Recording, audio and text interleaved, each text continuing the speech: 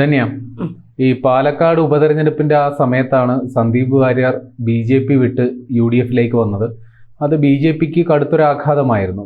അതേസമയം കോൺഗ്രസിന് വലിയൊരു രാഷ്ട്രീയ മേൽക്കൈ കിട്ടുന്ന ഒരു സംഗതിയും കൂടിയായിരുന്നു. കാരണം ഈ കോൺഗ്രസിൽ നിന്ന് നിരന്തരം BJPയിലേക്ക് ചേക്കേറൽ നടക്കുമ്പോൾ BJPയുടെ ഒരു മുതിർന്ന ഒരാള് കോൺഗ്രസിലേക്ക് വരുന്ന ചെറുതല്ലാത്തൊരു നേട്ടമാണ് കോൺഗ്രസിന് നൽകിയത്.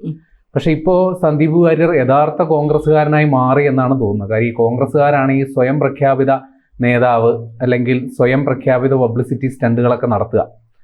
സന്ദീപ് വാര്യർ അടുത്ത നിയമസഭാ തെരഞ്ഞെടുപ്പ് ലക്ഷ്യമാക്കിയുള്ള പണികൾ തുടങ്ങിയെന്നാണ് കേൾക്കുന്നത്. എന്താണ് അയാളുടെ മനസ്സിലിരിപ്പ് എന്താണ്? പക്ഷെ തുടങ്ങിയിടത്ത് തന്നെ വെട്ടി വീഴ്ത്തി എന്നുള്ളതാണ് യാഥാർത്ഥ്യം. BJPയിൽ നിന്ന് കളിച്ചതുപോലെ കോൺഗ്രസിൽ ചെന്ന് കളിച്ചാൽ അവിടെ എന്താ പറയുക, കൃത്യമായ അടി കിട്ടുമെന്ന് സന്ദീപ് വാര്യർക്ക് മനസ്സിലായി. ഇപ്പൊ ഈ അടുത്ത കാലത്ത് വരുന്നത് തദ്ദേശ സ്വയംഭരണ തെരഞ്ഞെടുപ്പുകളാണ്. അപ്പൊ ഇതുമായി ബന്ധപ്പെട്ടുള്ള ചർച്ചകൾ നടക്കുന്ന സമയത്താണ്, അതിന്റെ ഒരു പ്രധാനപ്പെട്ട മീറ്റിംഗ് നടക്കുന്ന സമയത്ത് DCCയിൽ നിന്ന് തന്നെയാണ് സന്ദീപ് വാര്യർക്ക് വിമർശനം വന്നിരിക്കുന്നത്. അതായത് കുറച്ച് ദിവസങ്ങൾക്ക് മുൻപ്, എനിക്കൊന്ന് 1-2 ദിവസങ്ങൾക്ക് മുൻപ് സന്ദീപ് വാര്യർ തൃശ്ശൂരിൽ മത്സരിക്കാൻ ധൈര്യമുണ്ടോ എന്ന് ചോദിച്ചുകൊണ്ട് K. സുരേന്ദ്രനെ വെല്ലുവിളിച്ചിരുന്നു. അപ്പൊ ഈ വെല്ലുവിളി സന്ദീപ് വാര്യർക്ക് തൃശ്ശൂരിൽ മത്സരിക്കാൻ വേണ്ടിയാണ്. കാരണം താൻ വെല്ലുവിളിച്ചു, ഞാൻ അവിടെ നിന്ന് മത്സരിക്കും, എന്നെ മത്സരിച്ച് തോൽപ്പിക്കാൻ K. സുരേന്ദ്രന് ധൈര്യമുണ്ടോ എന്ന് ചോദിച്ചുകൊണ്ടുള്ള ഒരു വെല്ലുവിളിയായിരുന്നു. അതായത് പാർട്ടി അറിഞ്ഞിട്ടില്ല, പാർട്ടി പ്രവർത്തകർ അറിഞ്ഞിട്ടില്ല, പാർട്ടിയിലെ നേതാക്കൾ അറിഞ്ഞിട്ടില്ല, ഹൈക്കമാൻഡ് അറിഞ്ഞിട്ടില്ല, ഇവരാരും അറിയാതെ സന്ദീപ് വാര്യർ സ്വയം പ്രഖ്യാപിത തൃശ്ശൂരിലെ സ്ഥാനാർത്ഥിയായി. അപ്പോ ഇത് പാർട്ടി മനസ്സിലാക്കി ഇയാളുടെ പോക്ക് എങ്ങോട്ടാണ് എന്നുള്ളത്. അപ്പോ തദ്ദേശ തെരഞ്ഞെടുപ്പുമായി ബന്ധപ്പെട്ട പ്രധാന മീറ്റിങ്ങുകൾ നടന്ന സമയത്ത് സന്ദീപ് വാര്യരോട് പറഞ്ഞു, തൃശ്ശൂരിൽ പ്രധാനപ്പെട്ട പാർട്ടിയുടെ ഒരു പരിപാടിയിലും പങ്കെടുക്കരുത്, ഒരു പരിപാടിയിലും പോയി പ്രസംഗിക്കരുത്, തൃശ്ശൂരോട്ട് വരേ വേണ്ട, എവിടെയാണോ പറഞ്ഞിട്ടുള്ളത് അവിടെ നിന്ന് സംസാരിച്ചാൽ മതി, തൃശ്ശൂരിൽ വന്ന് കളിയിറക്കണ്ട, അവിടെ നോക്കാൻ ഞങ്ങളുണ്ട്, താൻ എവിടെ മത്സരിക്കണം എന്നുള്ളത് പാർട്ടി പറയും, അപ്പോ അങ്ങ് കേട്ട് മത്സരിച്ചാൽ മതി, ജനം വേണമെങ്കിൽ ജയിപ്പിക്കട്ടെ, ഇല്ലെങ്കിൽ തോപ്പിക്കട്ടെ, ഇനി ഇതൊന്നും തനിക്ക് സമ്മതമല്ലെങ്കിൽ പാർട്ടിയിൽ നിന്ന് പുറത്തേക്ക് പോകാം. ഇതാണ്, അതായത് ഈ അമ്മാത്ത് നിറങ്ങുകയും ചെയ്തു, ഇല്ലത്ത് നിറങ്ങുകയും ചെയ്തു, അമ്മാത്തോട്ട് എത്തിയിട്ടുമില്ല എന്ന് പറയുന്നത് പോലെയാണ് സന്ദീപ് വാര്യരുടെ അവസ്ഥ. ഒരു കാല് വയ്ക്കുകയും ചെയ്തു, മറുകാലെടുത്ത് വയ്ക്കും മുമ്പേ അടിയും കിട്ടി എന്ന് പറയുന്നത് പോലെ സന്ദീപ് വാര്യർക്ക് ഇപ്പൊ എന്ത് ചെയ്യണം എന്നറിയാതെ കോൺഗ്രസിൽ നിന്ന് കാരണം ഇനി എങ്ങോട്ട് പോകും?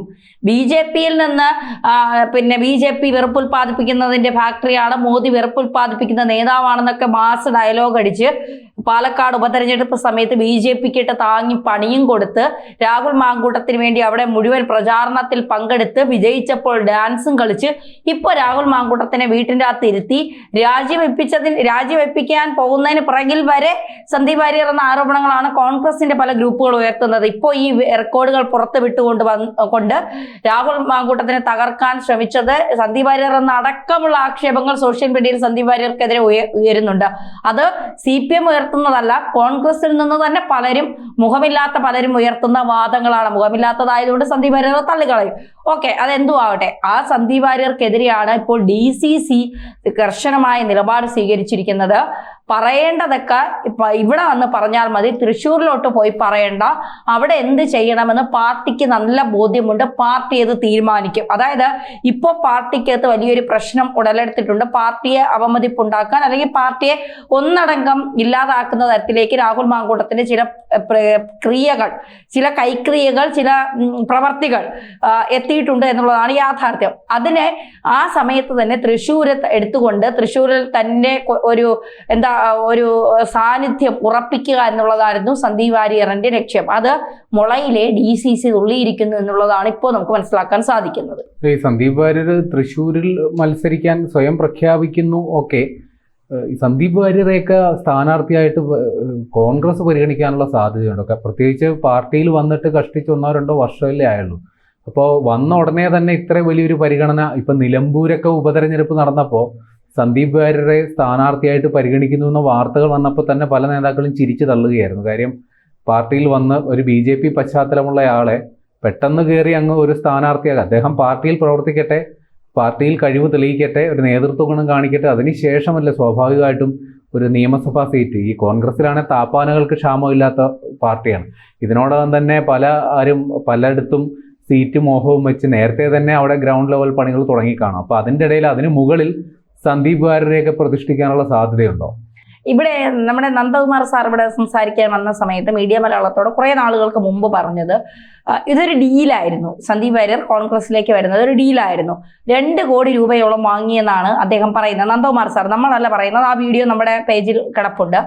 മാത്രമല്ല ഷൊർണൂരിൽ ഒരു സീറ്റും കൂടി ഇദ്ദേഹം ചോദിച്ചിട്ടുണ്ട്. 2 കോടിക്കൊക്കെ ഉള്ള വില CPM-നോട് ചോദിച്ചപ്പോൾ CPM പറഞ്ഞു അത്രയ്ക്കുള്ള ഒന്നുമില്ല, അതുകൊണ്ട് ഞങ്ങൾക്ക് തൽക്കാലം ഈ 2 കോടിക്ക് മുതലിന് ആവശ്യമില്ല എന്ന് പറഞ്ഞ് CPM തള്ളിക്കളഞ്ഞു. കോൺഗ്രസ് പക്ഷെ ആ സമയത്ത് BJP തകർക്കാം എന്നുള്ള ഉപതെരഞ്ഞെടുപ്പ് കൂടെ നടക്കുന്ന സമയമാണ്. അപ്പൊ BJPക്കെതിരെ ഒരു തുറുപ്പ് ചീട്ട് കിട്ടി എന്നുള്ള നിലയിലാണ് സന്ദീപ് വാര്യരെ എടുത്തു വച്ചതിന് ശേഷമാണ് പിന്നെ മനസ്സിലായത് 24 മണിക്കൂറും ഈ BJPക്കെതിരെ എന്ന് പറയുന്ന പോസ്റ്റുകളെല്ലാം BJPക്ക് അനുകൂലമായി മാറുന്ന ഒരു സ്ഥിതിയാണ് പിന്നീട് കാണുന്നത്. ഇദ്ദേഹം പോസ്റ്റ് ഇടും, പക്ഷെ അത് BJPക്ക് അനുകൂലമായാണ് മാറുന്നത്. പറയുന്നതൊക്കെ BJPക്കാർ നന്നാവണം എന്ന തരത്തിലാണ്. ഇപ്പൊ കോൺഗ്രസ് ആര് പറഞ്ഞു തൽക്കാലം പോസ്റ്റിനെ ഇട്ടുകൊണ്ട് ഇവിടെ ഇരുന്നു കൊണ്ട് അവിടത്തേക്ക് പണി ചെയ്യൽ അങ്ങ് നിർത്തിക്കോ. ഈ സോഷ്യൽ മീഡിയയിൽ ഒരു പ്രചരണം ഉണ്ടല്ലോ, ഈ സന്ദീപ് വാര്യർ യഥാർത്ഥത്തിൽ BJPയുടെ ഏജന്റ് X ആണ്. അല്ല, അജിത് ഡോവൽ എന്നാ പറയുന്നത്.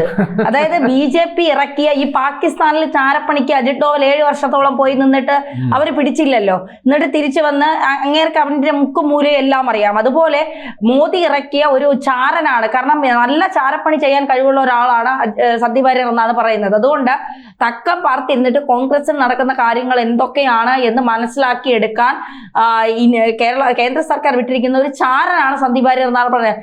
ഇപ്പോഴും കോൺഗ്രസിൽ പലരും സന്ദീപ് വാര്യരെ വിശ്വസിച്ചിട്ടില്ല. ഇപ്പൊ പാണക്കാട് തങ്ങളുടെ അടുത്ത് പോയി അല്ലെങ്കിൽ മുസ്ലിം ലീഗിനെ കണ്ടു എന്നൊക്കെ പറയുമ്പോൾ പല ലീഗ് നേതാക്കൾ ഉൾപ്പെടെ പല മുതിർന്ന നേതാക്കൾ ഉൾപ്പെടെ എന്തിനേറെ പറയുന്നത് സതീശന് പോലും പിന്നെ വിശ്വാസമില്ല സന്ദീപ് വാര്യരെ എന്നാണ്. ഭയങ്കര ഇഷ്ടമാണ് പക്ഷെ സന്ദീപ് വാര്യർ കാരണം ജ്യോതികുമാർ ചാമക്കാലയുമായി ഈ മറ്റേ മാതൃഭൂമി ചർച്ചയിലാണെന്ന് തോന്നുന്നു. മോദിയുടെ തന്തയ്ക്കൊക്കെ വിളിച്ച ഒരു ഇതുണ്ടല്ലോ. അപ്പൊ അതിനുശേഷം ഈ ഇവർ തമ്മിൽ ഭയങ്കര ശത്രുക്കളായിരുന്നു. ഇപ്പൊ തോളിക്കൈയിട്ട് ഉമ്മമ്മയ്ക്കുന്നു, കെട്ടിപ്പിടിക്കുന്നു. എങ്ങനെയാണ് അവ ഇതൊക്കെ കഴിയുന്നെന്ന് ചോദിച്ചാൽ എനിക്ക് മനസ്സിലാകുന്നില്ല. ഈ ശത്രുത പൊളിറ്റിക്സ് എന്ന് പറയുന്നത് രാഷ്ട്രീയത്തിൽ സ്ഥായിയായ ശത്രുക്കളില്ല, സ്ഥായിയായ സൗഹൃദങ്ങളില്ല. അപ്പ കണ്ടവനെ അപ്പാന്ന് വിളിക്കാൻ പറ്റുകയാണെങ്കിൽ അവനാണ് യഥാർത്ഥ രാഷ്ട്രീയക്കാരൻ. അത് പലരും പല രീതിയിൽ കാണിക്കുന്നേ ഉള്ളൂ.